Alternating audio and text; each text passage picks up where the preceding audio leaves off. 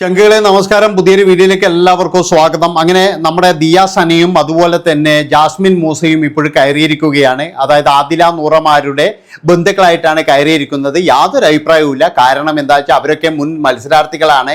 അതുകൊണ്ട് തന്നെ എന്ന് പറഞ്ഞാൽ അത്യാവശ്യ കാര്യങ്ങളൊക്കെ ആദിലൊക്കെ പറഞ്ഞു കൊടുക്കുന്നുണ്ട്, ജാസ്മിൻ പറഞ്ഞു കൊടുക്കുന്നുണ്ട്. ബിഗ് ബോസ് ആണെങ്കിൽ അത് കേട്ടതിന് ശേഷമാണ് പ്രതികരിക്കുന്നത്.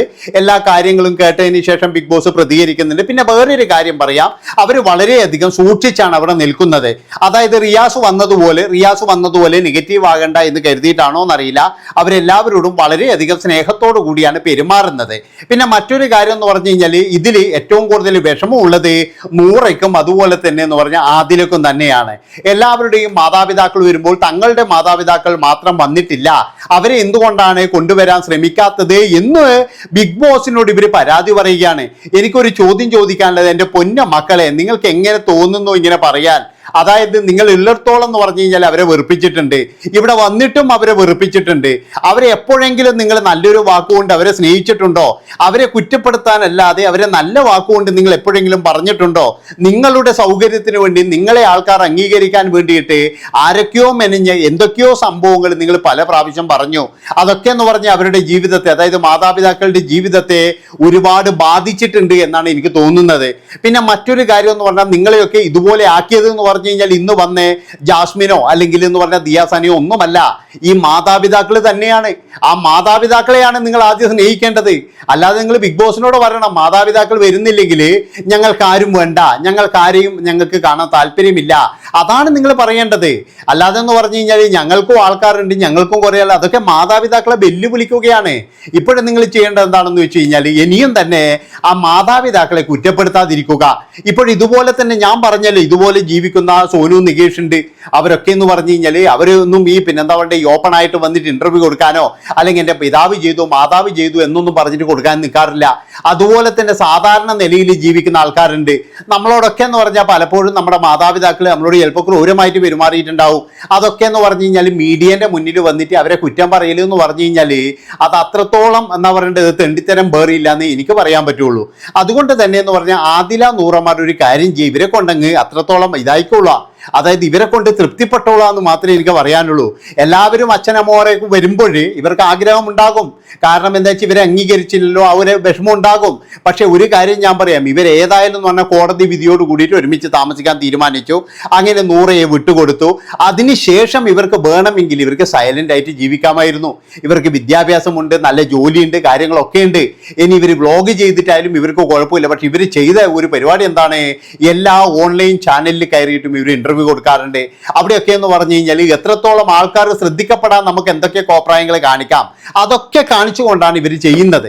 അതുകൊണ്ട് തന്നെ എന്ന് പറഞ്ഞു കഴിഞ്ഞാൽ ഇവരെ കുടുംബക്കാർ വരെ എന്ന് പറഞ്ഞാൽ ഇവരെ വെറുത്തുപോയി എന്നാണ് എനിക്ക് തോന്നിയിട്ടുള്ളത്. അല്ലെങ്കിൽ ഇവരിപ്പോഴും മര്യാദയ്ക്ക് ജീവിച്ച്, മര്യാദയ്ക്ക് എന്ന് പറഞ്ഞു കഴിഞ്ഞാൽ ആ മര്യാദയ്ക്ക് എന്ന് പറഞ്ഞാൽ ഉദ്ദേശിക്കുന്നത് മാതാപിതാക്കളെ കുറ്റം പറയാണ്ട് ജീവിച്ച് നല്ല ജോലിയൊക്കെ ആയിട്ട് ജീവിച്ചിരുന്നുവെങ്കിൽ ഒരു പക്ഷേ എന്ന് പറഞ്ഞു കഴിഞ്ഞാൽ ഇന്ന് മാതാപിതാക്കൾ ആ ഫ്ലോറിൽ ഉണ്ടാകുമായിരുന്നു. പക്ഷെ ആ ഫ്ലോറിൽ ഇല്ലാത്തതിന്റെ കാരണം എന്താണ്, ഇവരുടെ കുറ്റം പറച്ചിൽ തന്നെയാണ്. ഇതിൽ ഏറ്റവും മുൻപന്തിയിൽ നിൽക്കുന്നത് എനിക്ക് തോന്നിയിട്ടുള്ള ആദില തന്നെയാണ്. ഒരു പക്ഷേ എന്ന് പറഞ്ഞാൽ നൂറ അന്ന്, ഇപ്പോൾ നൂറേൻ്റെ ഒരു വീഡിയോ ഇങ്ങനെ പരക്കുന്നുണ്ട്, എനിക്ക് തോന്നുന്നത് ഉപ്പാപ്പിയും ഉമ്മമ്മയും അന്നാ എനിക്ക് തോന്നുന്നത്.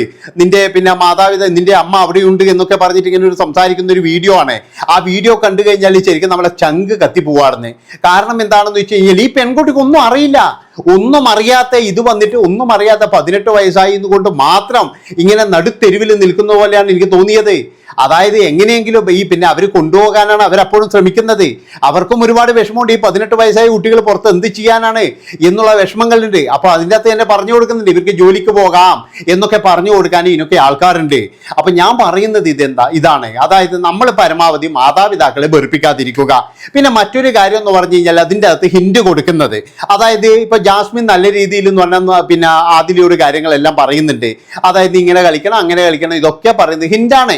ഇതൊക്കെ എന്ന് പറഞ്ഞാൽ ശരിക്കും പറഞ്ഞു കൊടുക്കലാണ്. അതുപോലെ തന്നെ എന്ന് പറഞ്ഞു കഴിഞ്ഞാൽ ഇന്നലെ ബിന്നിക്കും ഇതുപോലെ തന്നെ പറഞ്ഞു കൊടുക്കുന്നുണ്ടാകും. പലർക്കും എന്ന് പറഞ്ഞു കഴിഞ്ഞാൽ ഇപ്പം കൃത്യമായിട്ട് എല്ലാം അറിയാം. അതുകൊണ്ട് ഇനി ബിഗ് ബോസ് കാണുന്നതിൽ വലിയ അർത്ഥമുണ്ടെന്നൊന്നും എനിക്ക് തോന്നുന്നില്ല. എല്ലാവർക്കും ഏകദേശം മനസ്സിലായി, ഞങ്ങളൊക്കെ ഏത് തരത്തിലാണ് എങ്ങനെയാണ് എന്നൊക്കെ ഏകദേശം മനസ്സിലായിട്ടുണ്ട്. അതുകൊണ്ട് തന്നെ എന്ന് പറഞ്ഞു കഴിഞ്ഞാൽ ഞാൻ ഇപ്പോഴും പറയുന്നത്, ഫാമിലി ഷോ എന്ന് പറഞ്ഞു കഴിഞ്ഞാൽ ഒരു പൊളി പരിപാടി തന്നെയാണ്. ബിഗ് ബോസിന്റെ ചരിത്രത്തിൽ ഇതുപോലെ ഒരു പൊളി പരിപാടി ലോകത്ത് ഒരു സീസണിലും ഉണ്ടായിട്ടില്ല. അതാണ് എനിക്ക് പറയുന്നത്. പറയാനില്ല. അത്രമാത്രം മോശമായ പരിപാടിയാണ്. നമുക്ക് ശരിക്കും പറഞ്ഞു കഴിഞ്ഞാൽ ഫാമിലി ഷോ കാണാൻ വേണ്ടിയിട്ട് ഒരു ഇൻട്രസ്റ്റ് കൂടിയില്ല.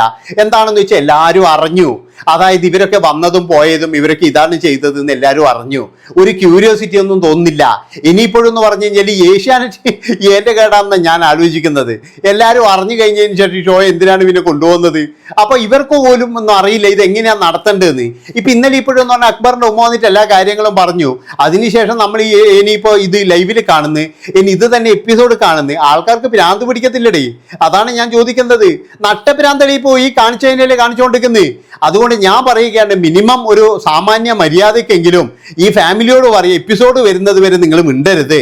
എപ്പിസോഡ് വന്നു കഴിഞ്ഞാൽ മാത്രമേ നിങ്ങൾ പ്രതികരിക്കാതോ, അല്ലാതെ നിങ്ങൾ പോയിട്ട് എയർപോർട്ടിൽ കുത്തിയിരിക്കുന്ന കുറേ ആൾക്കാരുണ്ട്, അവരുടെ അടുക്ക പോയിട്ട് സംസാരിക്കരുത് എന്ന് ഒരു സാമാന്യ മര്യാദയ്ക്ക് അവരോട് പറഞ്ഞിട്ടുണ്ടെങ്കിൽ ഇതുപോലെ കൊള്ളാവുമെന്ന് എനിക്ക് തോന്നുന്നില്ല. അതുകൊണ്ട് തന്നെ എന്ന് പറഞ്ഞാൽ നമുക്കൊന്നും ഒരു ഇതുമില്ല. ഇങ്ങനെ വരുന്ന് പോകുന്നതല്ലാതെ ആര് കാണുന്ന് മടുത്തു പോയാടുന്ന്. അത്രത്തോളം വെറുപ്പിച്ചു കഴിഞ്ഞ് ബിഗ് ബോസ് എന്നുള്ളതാണ്. ഒരു ടാസ്കൊക്കെ കൊടുക്കുന്നുണ്ട്. എൻ്റെ ഭഗവാനെ, ഇന്ന് അതിൻ്റെ അകത്ത് ആദില 100 വിളിച്ച് പറയുന്നുണ്ട്, ഞങ്ങൾക്ക് എന്തിനാണ് ടാസ്ക്, ഞങ്ങളുടെ അച്ഛനും അമ്മയും എന്നല്ലേ വരുന്നത്, ഞങ്ങൾക്ക് അങ്ങനെ ആരും വരാനുമില്ല, അവർക്കൊന്നും അത്രയുള്ള പ്രാധാന്യമൊന്നും കൊടുക്കേണ്ട ആവശ്യമില്ല ഈ വരുന്നവർക്ക് എന്നൊക്കെ പറഞ്ഞിട്ടൊക്കെ ഈ ടാസ്ക് ഒക്കെ കൊടുക്കുന്നുണ്ട്.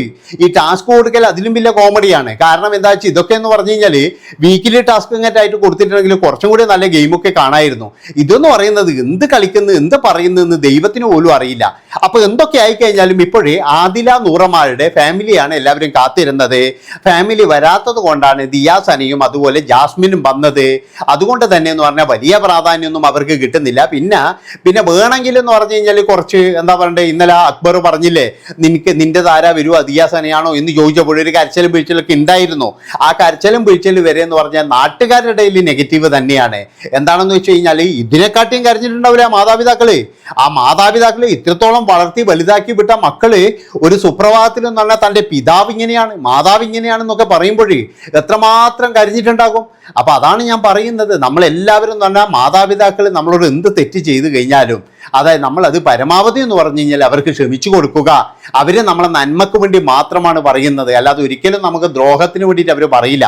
നമ്മൾ എന്തെങ്കിലും തരത്തിൽ അവർ ബുദ്ധിമുട്ടിച്ചോ വേദനിപ്പിച്ചിട്ടോ ഉണ്ടെങ്കിൽ അത് നമ്മുടെ നന്മയ്ക്ക് വേണ്ടി മാത്രമാണ്, അല്ലാതെ ഒരു ദ്രോഹത്തിന് വേണ്ടിയിട്ടും അങ്ങനെ ഒരു മാതാപിതാക്കൾ ചെയ്യില്ല. ചെയ്യുന്നവരുണ്ടായിരിക്കാം, അതെന്ന് പറയുന്ന 100 എന്ന് പറഞ്ഞ ഒരു 2 or 3 ആൾക്കാരുണ്ട്, അതിലൊരു 10 പേരുണ്ടായിരിക്കാം. ബാക്കി 90 പേരെന്ന് പറഞ്ഞു കഴിഞ്ഞാൽ നമ്മുടെ നന്മയ്ക്ക് വേണ്ടിയിട്ട് മാത്രമാണ്. പിന്നെ മറ്റൊരു കാര്യം എന്ന് പറഞ്ഞു കഴിഞ്ഞാൽ അവസാനം ദിയാസന അനീഷിനോട് പറയുന്നുണ്ട്, അനീഷിനോട് ഷാനവാസിനോടും അവരെ കൂട്ടാക്കാനൊക്കെ നോക്കുന്നുണ്ട്. പക്ഷെ വേറൊരു കാര്യം ഞാൻ പറയാം, ഇവിടെ ഏറ്റവും നല്ലതെന്ന് പറഞ്ഞാൽ അനീഷ് ഇപ്പോഴും കളിക്കുന്നത് പോലെ കളിക്കുന്നതാണെന്നാണ് എനിക്ക് പറയാനുള്ളത്. അപ്പം അങ്ങനെ ആകുമ്പോൾ അനീഷിന് കുറച്ചും കൂടി പിന്നെ എന്താ പറയണ്ടേ പ്രേക്ഷക പിന്തുണ കൂടുതൽ കിട്ടും. ഇപ്പോഴും അനീഷിൻ്റെ കൂടെ തന്നെയാണ് ജനങ്ങൾ. ഏതായാലും അനീഷിന് കപ്പ് നമ്മൾ ഉറപ്പിച്ചിരിക്കുകയാണ്. ഇനി അങ്ങോട്ട് എന്ന് പറഞ്ഞു കഴിഞ്ഞാൽ അനീഷിൻ്റെ ജൈത്രയാത്ര തുടങ്ങുകയാണ്. അപ്പോൾ എല്ലാവരും കൂടെ ഉണ്ടാകണം എന്നാണ് എനിക്ക് പറയാനുള്ളത്. നന്ദി, നമസ്കാരം.